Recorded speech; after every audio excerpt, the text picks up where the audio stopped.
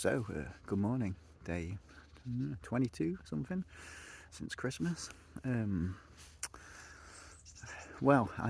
had my first visitation in the night last night. So what's happening most nights or most evenings, because it gets dark and I've got limited power supplies, and what I do is I make sure I eat my food by, I'm actually eating by about 5 o'clock, and I can be cleaned up and packed away and hang anything with any scent to it, my cook kits, my toiletries, toothpaste, chewing gum, Tic Tacs, baby wipes, anything with any scent to it is, bagged up and hung up in the trees away off down there where I'm sort of staging, eating and cooking and stuff.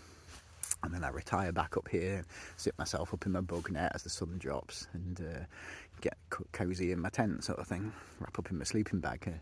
The weather's a bit like early May here, so while in the sunshine during the day it's nice and warm, but in the shade and at night it's pretty chilly.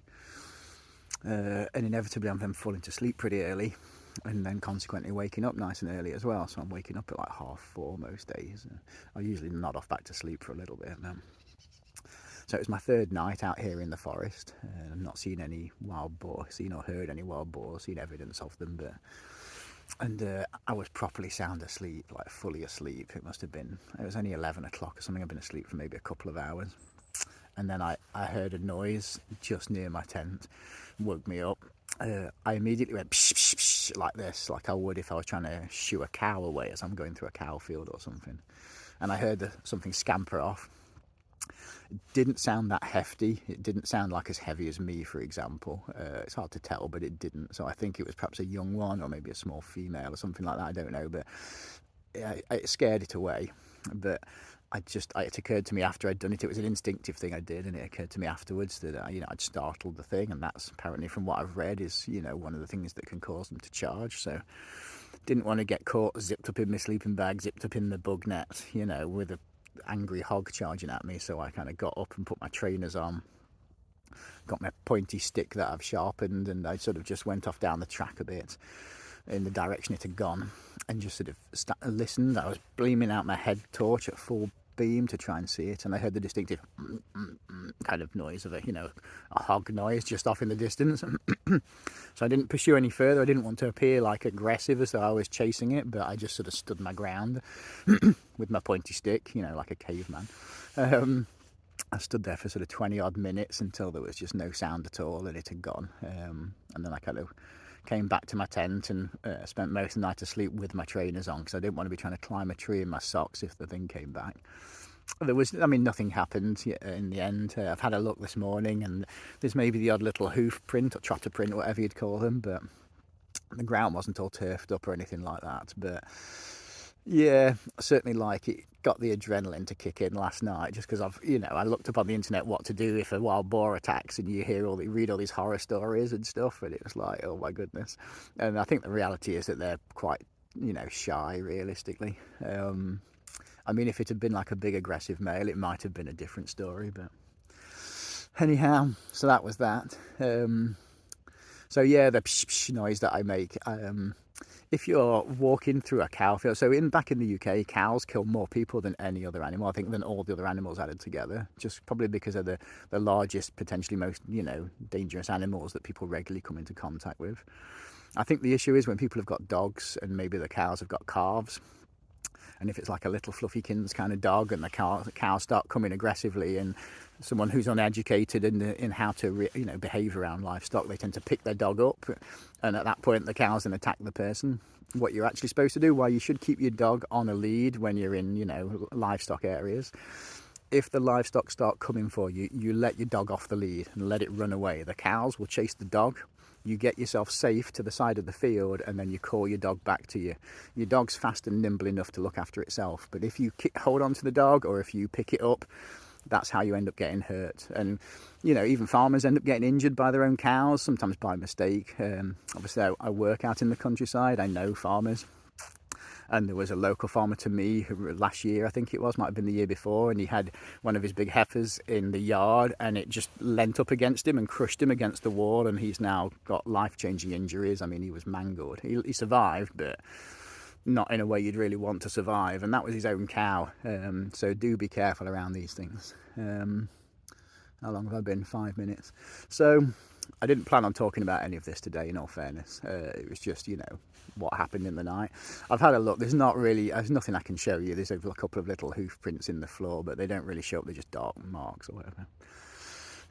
So the thing I was going to talk about today is every now and then I'm having to send emails back to work about this whole, restructuring that's going on there. And it's been causing me quite, some serious distress, realistically. I've given a few years of my life to this job, and it's, it suits me. It's one of my favourite jobs I've had.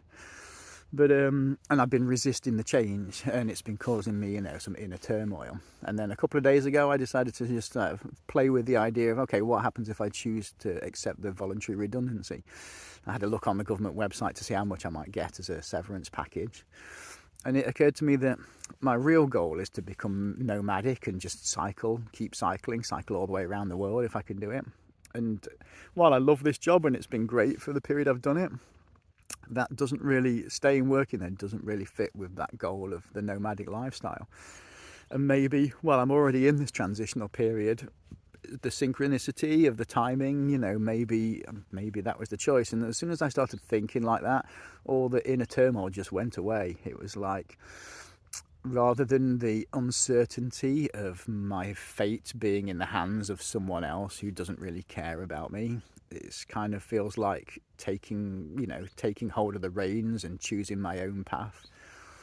So I think I might take the redundancy and just take any random throwaway temporary job in the meantime. It'll probably pay better than what I was doing. I'd sort of, compared to some of my previous, occupations, I had taken a pay cut to do something I enjoyed. That was a choice. I wanted an easier, sort of slower pace of life and doing something that I found kind of rewarding, but with the changes in the national park, and when I started, it was its entire focus was on providing a public service. We were there to encourage people to come out and use the national park and go cycling, use the trails and stuff. We weren't a money making business. The shift is now that the whole purpose of them is for financial gain, and if that's the case, then I might as well go and work anywhere in that case. So I'm feeling kind of comfortable with the idea, in all honesty.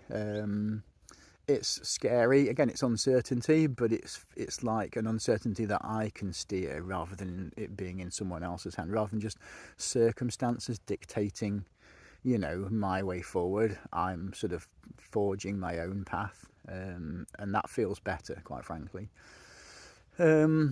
So all change potentially. I'm going to let it sit on it for a bit. When I last email, slightly snooty email I sent to HR, which, it's not their fault. They're having to deal with this. It's coming from higher up.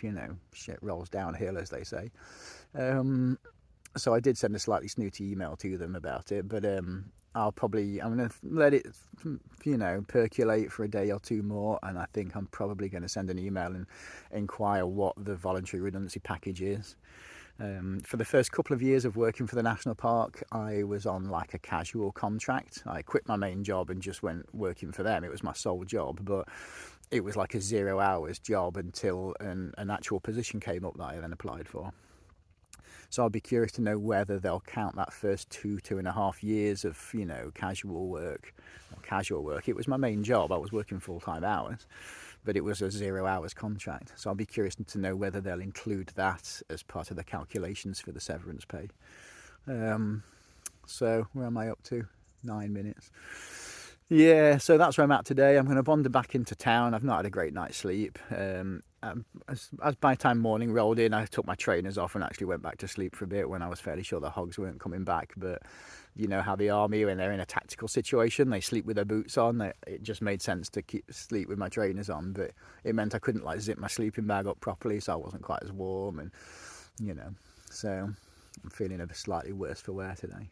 On a brighter note, my clothes smell lovely after laundering them. Was it yesterday? I think it was. Yeah, yesterday morning I went and took them to the washing machine, laundered them, came back to camp and hung them all up, and they're all dry. And yeah, it's nice. I'm going to feel much more comfortable wandering around town, not smelling like, a large mammal, and smelling like whatever kind of laundry detergent I used. So Yeah, I think that'll probably do for today. If anything interesting happens later, I'll let you know. And if anyone's got anything interesting feedback-wise to tell me about my potential acceptance of my voluntary redundancy, all advice would be very welcome, quite frankly.